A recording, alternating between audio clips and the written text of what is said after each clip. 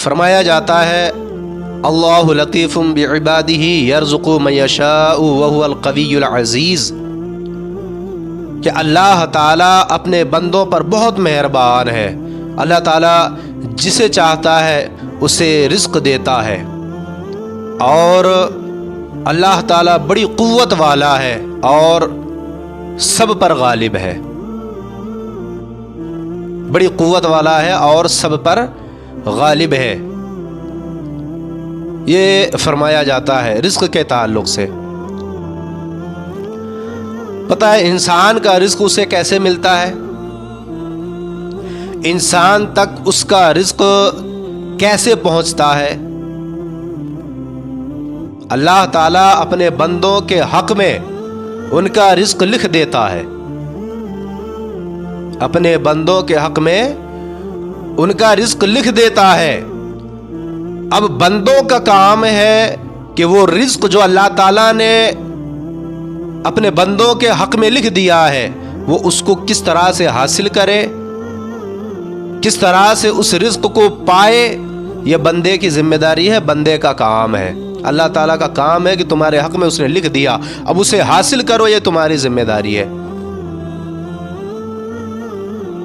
اب یہ نہیں کہ اللہ تعالیٰ نے تو فرما دیا، قرآن میں تو ہے اللہ تعالیٰ اپنے بندوں پر بہت مہربان ہے، وہ جسے چاہتا ہے رزق دیتا ہے، تو پھر لوگ یہ نہ سوچ کے بیٹھ جائیں کہ یار اللہ تعالیٰ نے تو قرآن میں فرمایا، اور قرآن کی باتیں کبھی جھوٹی نہیں ہو سکتی۔ بے شک قرآن میں رائی کے دانے کے برابر کوئی شک و شبہ کی کوئی گنجائش ہی نہیں ہے،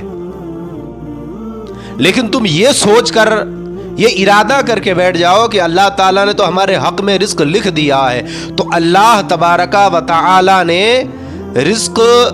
لکھا ہے تمہارے حق میں، تمہارے حق میں اللہ تعالیٰ نے رزق لکھا ہے، اب اسے حاصل کرنا یہ تمہاری ذمہ داری ہے۔ بیٹھ گئے تم، اللہ نے تو فرمایا ہے کہ اپنے بندوں کے حق میں رزق لکھ دیا، تو لکھنا الگ ہے اور تمہیں حاصل کرنا، اللہ تعالیٰ کا کام ہے، تمہیں رزق دے دیتا ہے، وہ تمہیں رزق عطا کر دیتا ہے، لیکن اسے حاصل کرنا، اس کو پانا،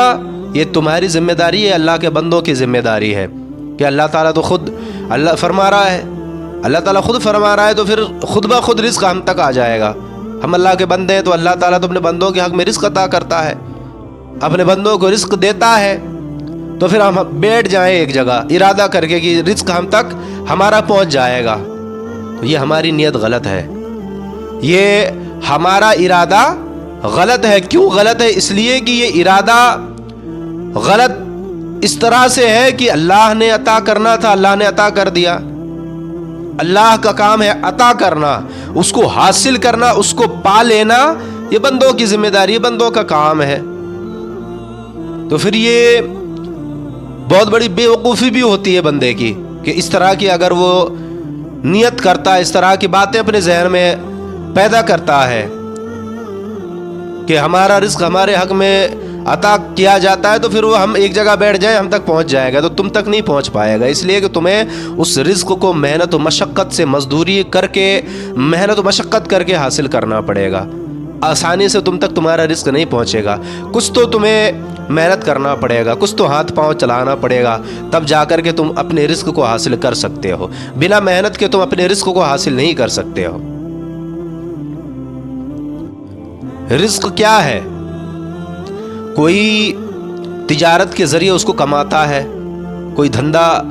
کر کے، پھیری کر کے وہ اپنا رزق کماتا ہے، کوئی کاروبار کر کے رزق کماتا ہے،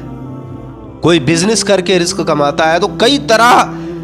کے بزنس ہے، کئی طرح کی طریقے ہیں اپنا رزق کمانے کے، اپنا رزق حاصل کرنے کے کئی طریقے ہیں،